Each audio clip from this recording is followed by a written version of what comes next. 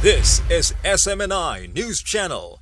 Truth that matters. Senator? Yes, yes. I hope you don't mind. I'd like to switch topics a little bit because we have a short period to ask so many issues. All right. I'd like to ask about agriculture because you mentioned that in the last time you were here. One of the biggest problems that the sector is facing is the aging of farmers. Yes. One study I've read said that their average age is between 57 and 59. And the worst thing is their children don't want to go into agriculture.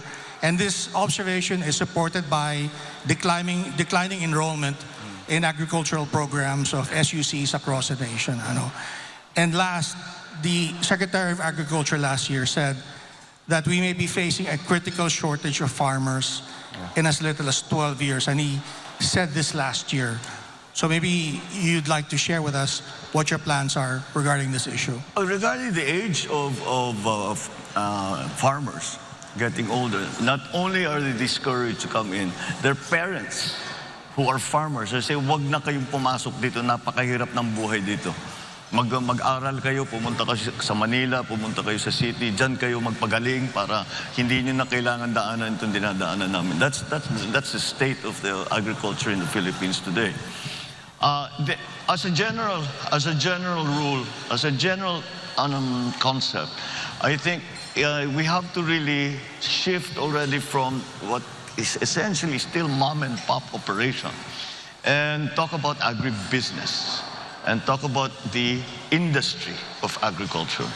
And there are many things that we need to do to achieve that, to get to that point.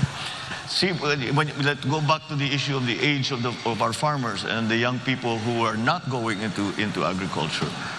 If it is an agribusiness, if it is not the traditional farming method that we are always going through, that we have been doing for the last millennia, but move into something that is more high-tech, then that will necessarily need for the entry into more technically minded agribusiness practitioners, and that will bring the age younger immediately.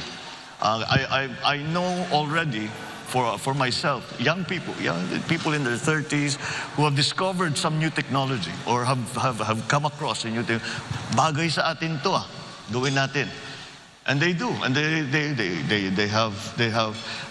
have brought all kinds of new techniques to farming, but it's not yet extensive because there are no encouragements coming from government in terms of tax breaks, in terms of I don't really believe in subsidies in that regard, but I still think that we can improve the attractiveness of the agricultural sector to younger people if we use the most modern, most interesting technology. And like the kids say, they can geek it out, right? They'll just pag-aralan nila na mabuti. That's a very interesting. It will become a very interesting line of work. Is there an important role for government to play? Because if you look at the public spending on agriculture in the Philippines, it's only about 1.7% of the national budget, far below what is being spent in other ASEAN countries. Yes. It's been that, and it has been that way for a long time.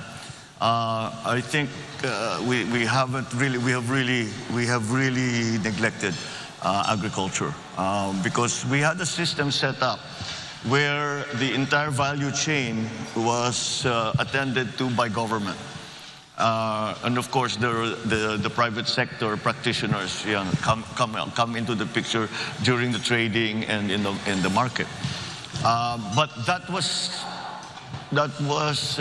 dismantled in 1986 and has not been a replacement for it. So we have to do it again.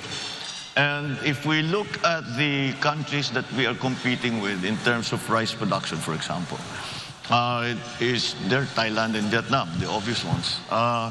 Their cost of production is lower. The labor segment of their production cost is 1/2 of ours. And that's due to mechanization. We have not mechanized at all. It's going to take, it's not a simple thing because we have to organize now large to be able to mechanize properly, to use the big machines, the big tractors, the big harvesters, yung nakikita natin sa ibang bansa na ginagamit, na kalaki-laki, na ang bilis-bilis, siguro sa isang araw, ilang hektarya na nakocover nila. Pero ang average na land holding dito sa Pilipinas is less than 1 hectare. So hindi mo magamit yung mga ganung klaseng makina. So the way to do it, or the way we did it in Ilocos, was we organized the cooperatives. And in that way, we were able to take full advantage of economies of scale. And I think that's what we need to do here in the Philippines now. But there are other things that need to be done as well.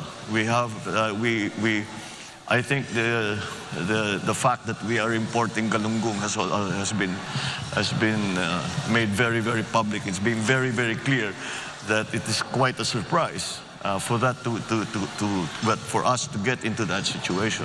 But again, it really comes from a neglect and the agricultural sector. So the things we have to do the research and development for the new varieties, for the new yung nag-aalaga ng hayop, paano yung gagawin yung pagkalat ng mga inahin. Again, these are different schemes that we have to put together. In our fisheries, there is a very, very good potential for us kung ayusin lang natin ang ating kinukuhanan ng isda. Number one, bigyan natin yung mga mangingisda na mas malaking bangka. Maliliit lang yung bangka nila eh. And they have to go out already 12 kilometers kasi overfish na dito sa loob. And then of course, patrol so that maraming nagpo-poach sa atin. So we have to have all the best techniques and technologies for our farmers and for our fishermen. Fisher folk. So that's just the beginning of it. And then the support. Now, one of the biggest problems that the agricultural industry is facing right now in terms of crops is urea is 2,500 pesos now. And we know of many areas where farmers just didn't plant. And that kills our production. Taas na naman ang importation natin. Because kung minsan, kung kulang talaga. Kung pabayaan mo yan, tataas naman ang presyo, hindi na kaya ng tao. Kaya talagang kailangan ayusin yung agrikultura. So you have to support, the government has to support that. This question of urea, for example, siguro ang gobyerno na ang bibili in bulk. Hundreds of tons of urea, and then isama na yan sa production loan. Bago planting season, magbibigay ka ng production loan sa farmer. Yung iba pera, yung iba seedlings, yung iba abono, the fertilizer at saka yung pesticide.